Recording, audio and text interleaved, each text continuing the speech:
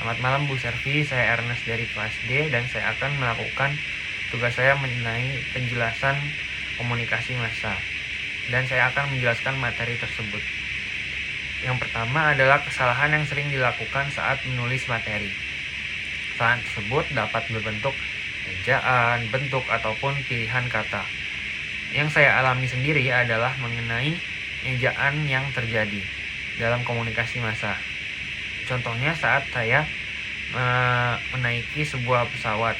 Di dalam pesawat tersebut, di dalam bangku penumpang terjadi ejaan yang salah dalam tulisan mengenai pelampung.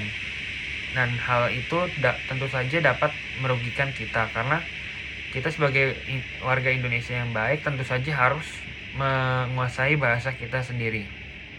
Kemudian mengapa harus ditulis dalam bahasa Indonesia? Mengapa organisasi internasional harus ditulis dalam bahasa setempat? Tentu saja untuk mempertahankan budaya lokal kita. Terus lalu menghindari adanya arti yang berbeda yang dapat menimbulkan kesalahpahaman. Tentu saja bahasa asing itu tidak dikuasai oleh semua orang. Kita tidak mau menimbulkan kekeliruan yang terjadi pada publik. Perbedaan antara interpersonal dan intrapersonal. Saat interpersonal adalah komunikasi antara dua orang atau lebih yang biasanya berlangsung secara face to face. Menurut saya proses komunikasi ini adalah eksternal, karena di saat intrapersonal itu berkomunikasi dengan diri sendiri. Contohnya adalah mungkin pergumulan yang terjadi pada kepala kita sendiri. Kemudian peran intrapersonal dan interpersonal dalam menyukseskan kami sebagai komunikator.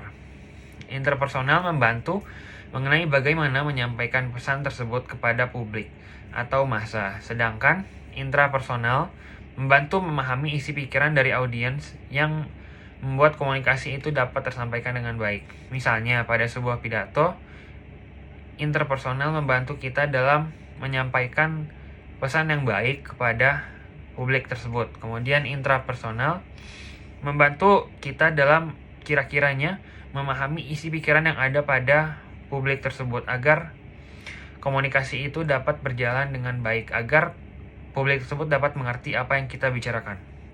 Kemudian, apakah hal tersebut harus terjadi pada selalu face to face? Tidak. Karena dalam komunikasi massa itu, komunikasinya itu berlangsung pada bersifat satu arah. Pernyataan yang dibuat tidak membutuhkan feedback dari publik.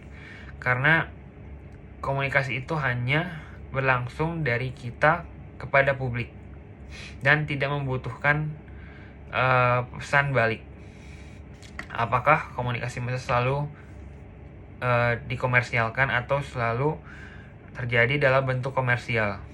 Tidak harus, karena banyak kegiatan selain komersial yang melakukan komunikasi massa, karena memang tujuan awalnya adalah menyampaikan pesan yang luas jumlahnya. Contohnya adalah komunikasi massa pada tempat ibadah, mungkin itu tidak selalu bentuknya komersial ataupun hanya sekedar pidato mengenai ceramah ibadah. Kemudian, mengapa kita harus menggunakan bahasa yang baik dan benar? Tentu saja untuk memperkuat rasa kecintaan kita terhadap tanah air dan tidak menghilangkan bahasa kita. Bahasa yang benar juga dapat ditiru oleh publik. Kita dapat dipuja karena kita menggunakan bahasa yang baik dan benar dan memperhatikan bagaimana cara kita berbahasa. Bagaimana saya sebagai komunikan yang baik dapat memberikan win-win solution kepada klien saya. Simpel saja, karena jika klien tersebut memang memaksa untuk menggunakan bahasa yang dia mau dan tidak ingin memakai bahasa yang sesuai aturan, maka saya tidak akan menerima pekerjaan tersebut.